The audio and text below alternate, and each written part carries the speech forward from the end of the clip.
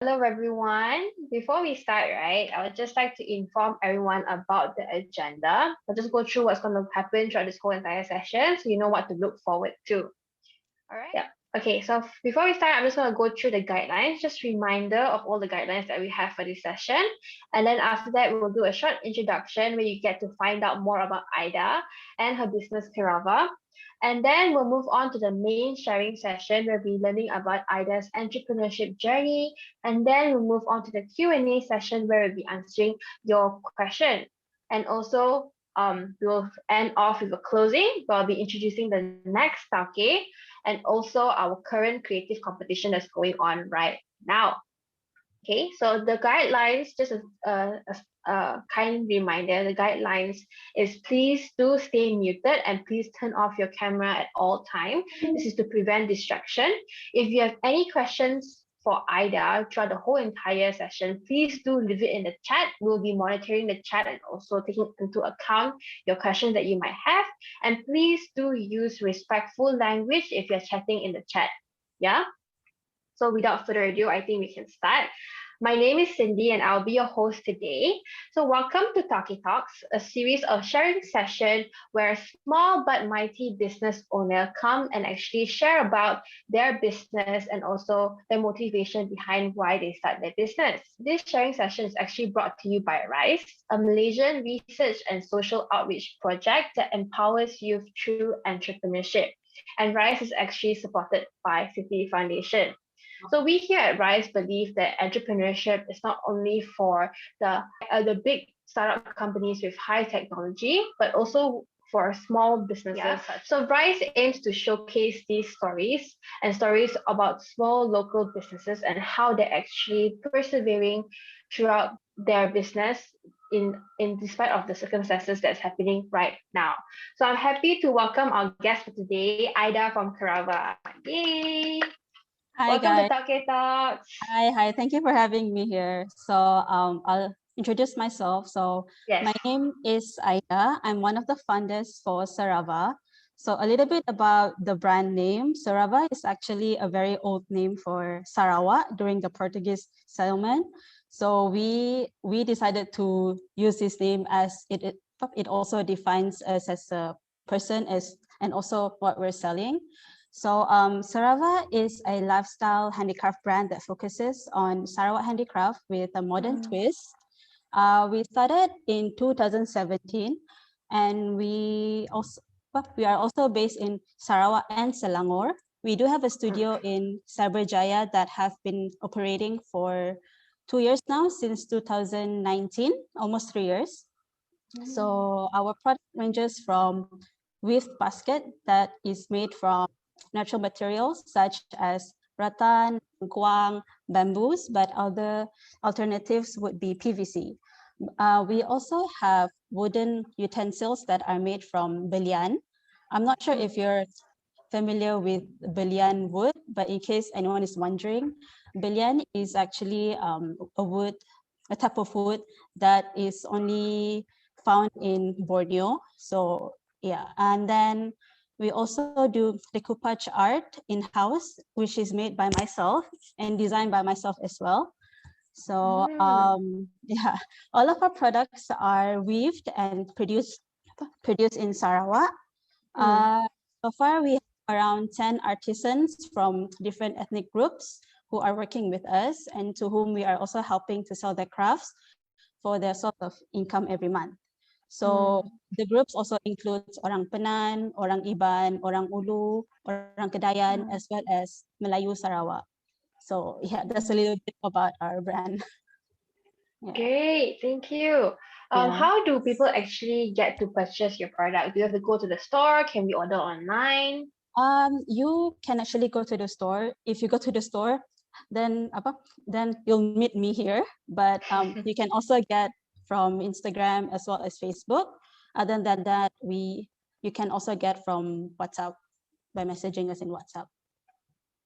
Great. Thank you so much for sharing about that. So if you guys are interested about CERAVA and what they actually offer and what their brand stands for, you can actually go and check them out via Facebook or Instagram. And these are the handles these are the handle you can check via the screen. So if you're interested, please go and punch in their name and go and check them out. So my next question actually to you, Aida, is what inspired you to start your own business? Maybe a bit Okay. about your background. Sure. I've actually had interest in craft ever since I was in high school. So I think it's just a very natural thing that comes to me. And then which I also continued my interest by doing fashion design for my diploma, as well as fashion marketing for my degree. So as well as that, my family is also a huge fan of crafts. So my mom is a huge fan of collecting crafts. So most of the inspiration comes from her, because initially I did not have an interest to start a business. You know, when I first started, it was just no, I mean, like when I was still studying, it was just the idea of business was not even in the picture. But since I did this ever since I was still studying, so naturally that's when I started the business lah. Yeah. Great. So then I believe that you started this business with your mom, right? Yes, yes. Did any of you have like a business background before this? None of us have any business background. So my mom was actually interested to help the artisans. So at first, before we started the business, we actually did a bazaar in KL.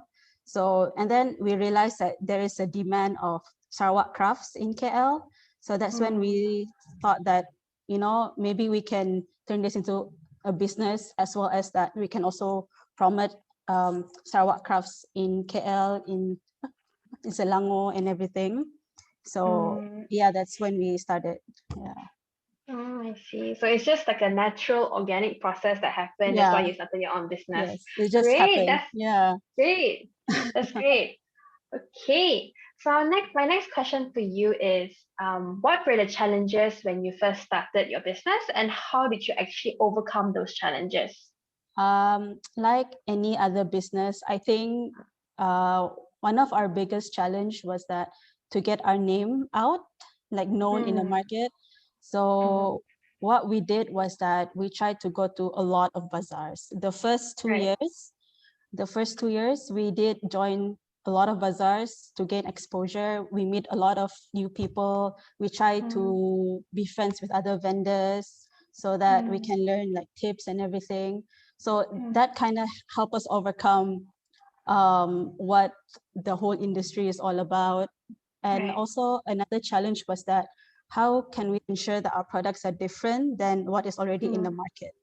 So we have to think how we can approach our customers. We have to think what kind of services that we can offer. So what we decided was that we can offer a service where our customers can also order from us. So if they have like a specific design, a size, colors that they want, they can also order from us. We accept bulk orders for events and everything. For decoupage designs, we also accept like specific designs that they want. So I think that's what we try to make different than the others. Yeah. Right.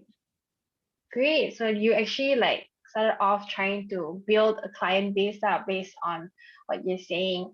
Yes. Was there any challenges? Because you said that you actually employ or like ask some groups of indigenous people to actually help make this craft. Was there any challenges in terms of trying to get them to like work with you, or like getting them to meet a quotation that you might Yeah. have? So what we did was that we have to meet them face to face. So we try to be friend with them, because to be able to sell their things, craft, you have to know them. You can't just Right. sell their craft without knowing their background, not knowing what they need it for. So we try to be friends with them. So we try to set limit for each of our weavers, that how many quantity that can make each person. So we can also get the good quality of weaving from them. Yeah. Right. Yeah. Okay, great. So no challenges in that sense, right? Like they didn't like, end up not delivering or stuff like that. Um, no, so far I don't think we have that problem. Yeah. So far they're very okay with us. Yeah. Great.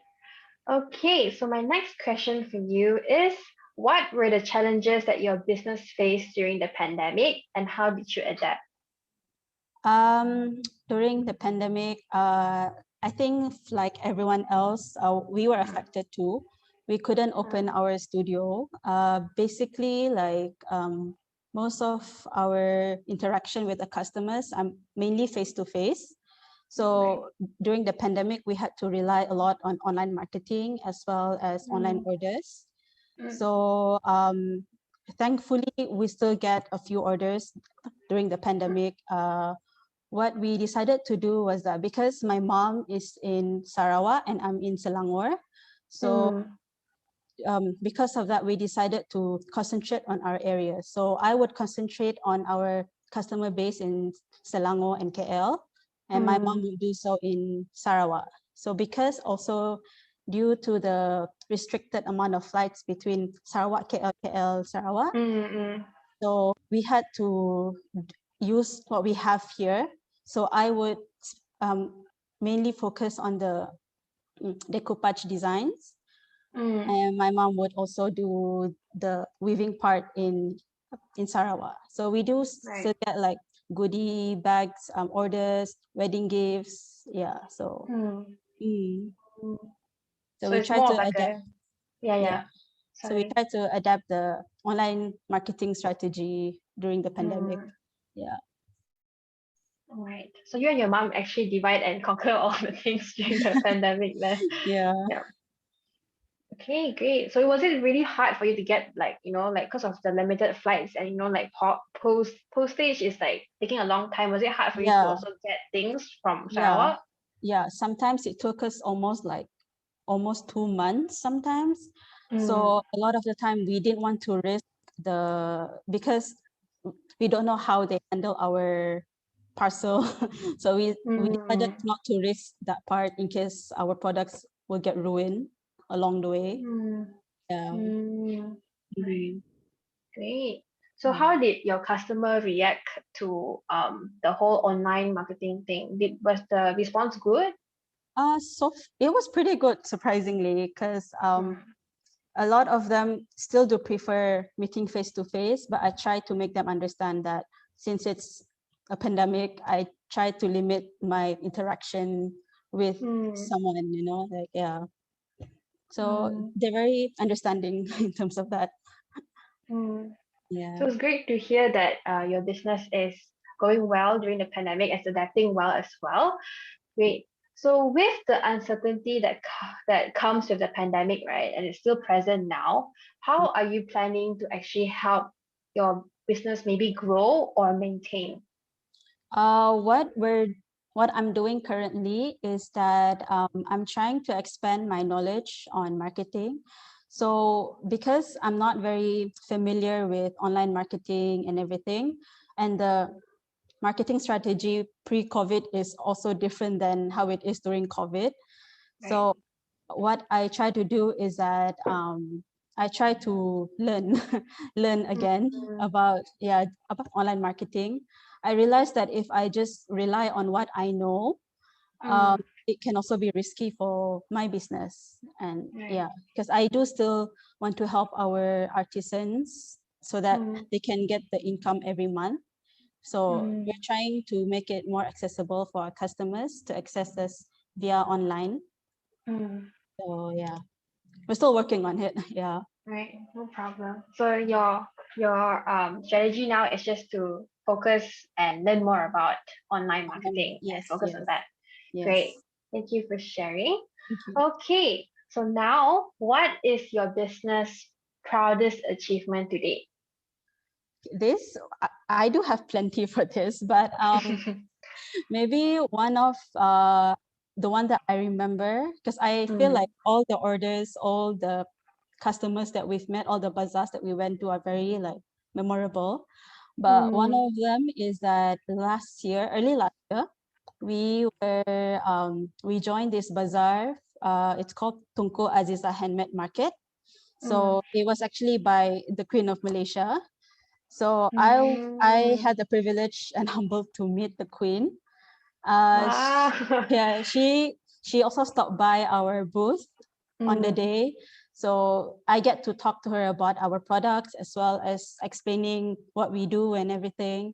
And she also managed to buy one of our products as well. So Great. yeah, Wow. I yeah. see.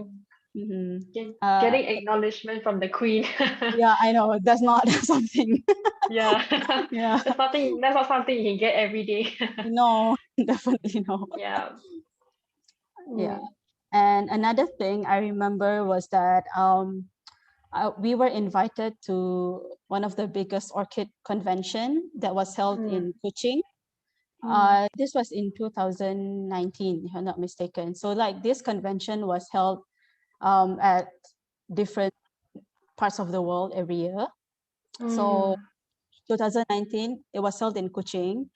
And I think it was like very memorable because we get to meet so many people from outside of Malaysia, and then we managed to explain our products as well to them, and then they were very happy to see that, you know, how different the crafts are. So you know, like the whole experience was really something for us. Yeah. Great. Thank you. Glad to hear that these two are your proudest achievement. From sharing that, right? I guess that you guys joined a lot of bazaar, right, before the Yes, COVID a hit. lot. Yeah, a lot. Mm, But just during I think since last year, we haven't joined as much anymore, just because, mm, yeah, safety reasons. right. So that was one of your business strategy, right? To just go to a lot of bazaar Yeah, because yes. that's where all the art scene and craft scenes are, right? Yes, yes, Usually. yes. Mm. Great. All right. Can you name one entrepreneur whom you admire and explain to us or share a bit about how and why they inspire you? Um, One of the entrepreneurs, I would say Palmy. Not sure if you've heard of them, but they're a business based in Johor, and they're Mm. selling products made from pineapple leaf. Mm. So I met them at a handicraft convention back in 2019, and I remember Mm. like their products are very different and interesting. So Mm. I did talk to the owners. So just the way that they explain their products, the Mm. value of the products, and how they value their what do you call it, their artisans Mm. as well. It's very like inspiring for me because, you know, like you don't meet a lot of people who really speak passionately about their what do you call it, about their artisans. So I think that was like Mm. an eye opener for me as well to meet them. Yeah. Mm. Mhm. Great. So they really inspired you to see how you could take your business, is it? Yes, yes. So I Mm. try, from what I learned from them, so I try to see if I can also improve myself as a Mm. business owner as well. Mm. Mm. Great to hear that another small local business actually inspired you as well to improve Mm. your business. I guess that's the beauty of our entrepreneurship in Malaysia. Yeah, I guess, Great. yeah. Yeah. So, do you think young people should start their own business and why?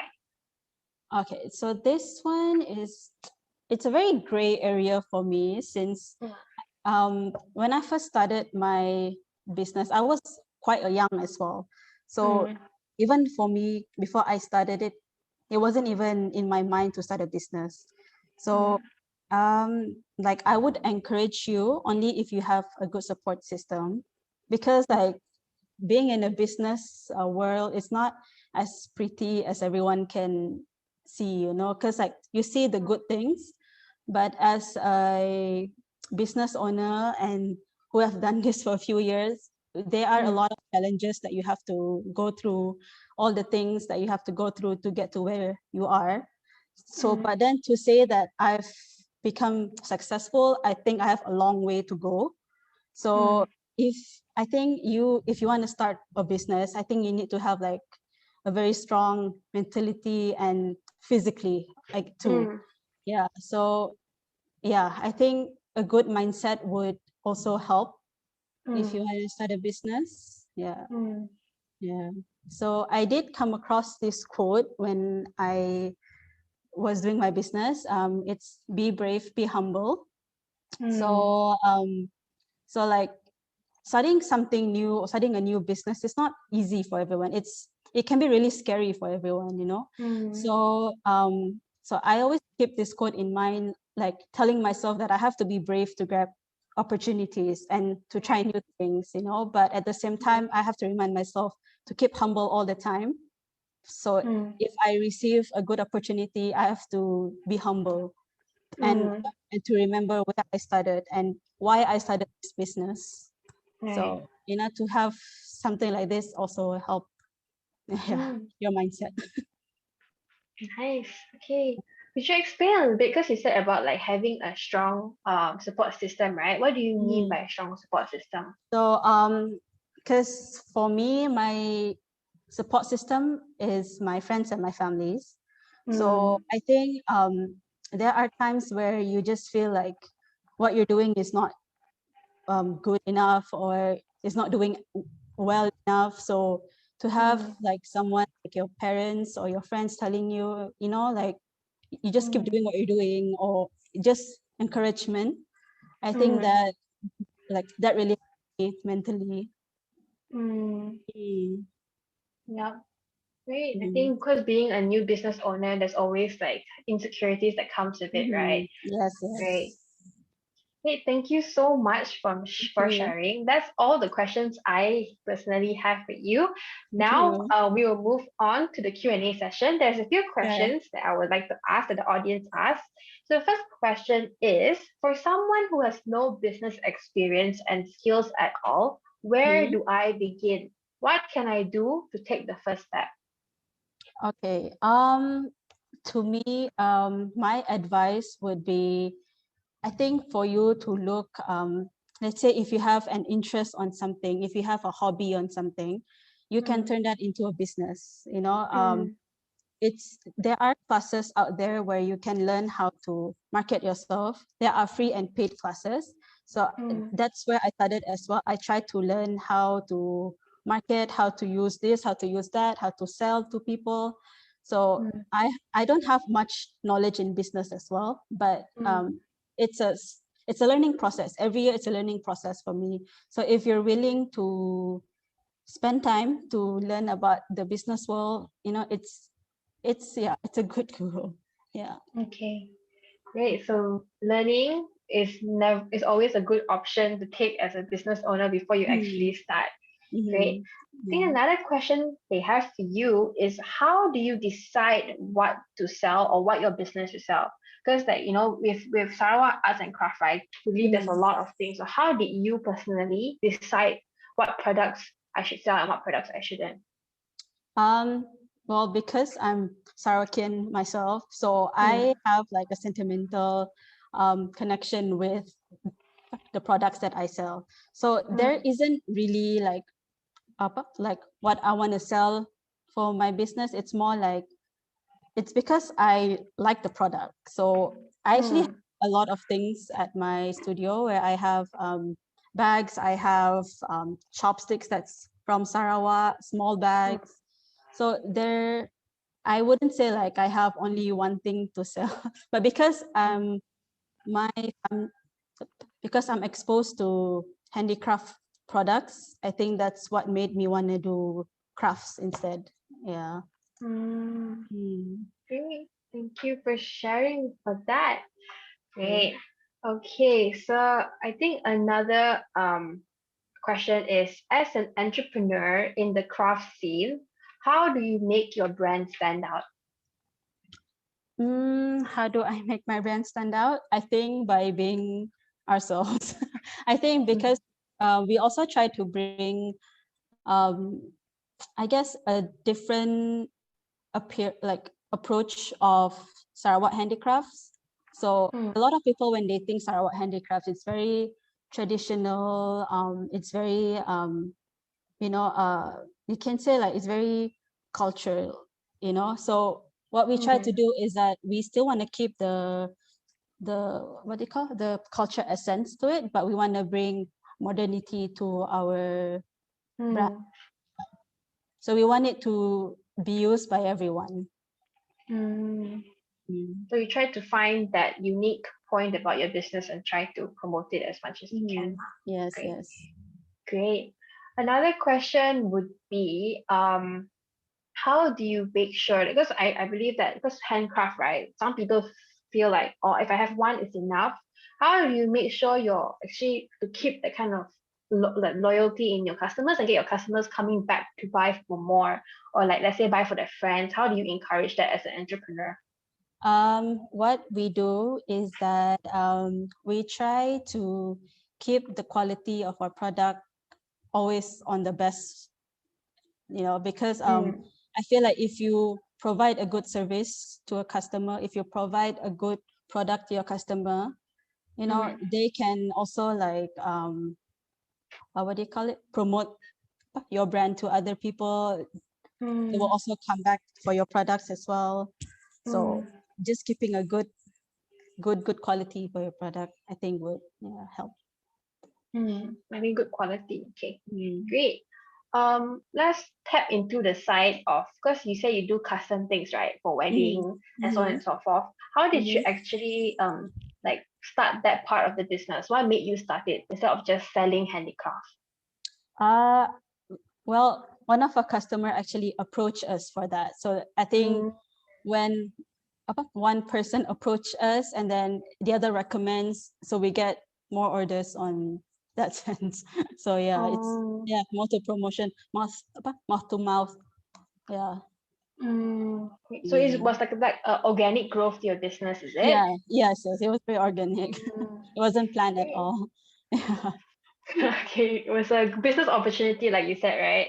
Yeah. A good business opportunity. Great. Was it easy for you to adapt to that, like expanding your business in like doing wedding things? 'Cause I believe like wedding things, you have everything comes in bulk, right? Everything is bigger and larger in amount. Was it easy for you and your team to cope with that?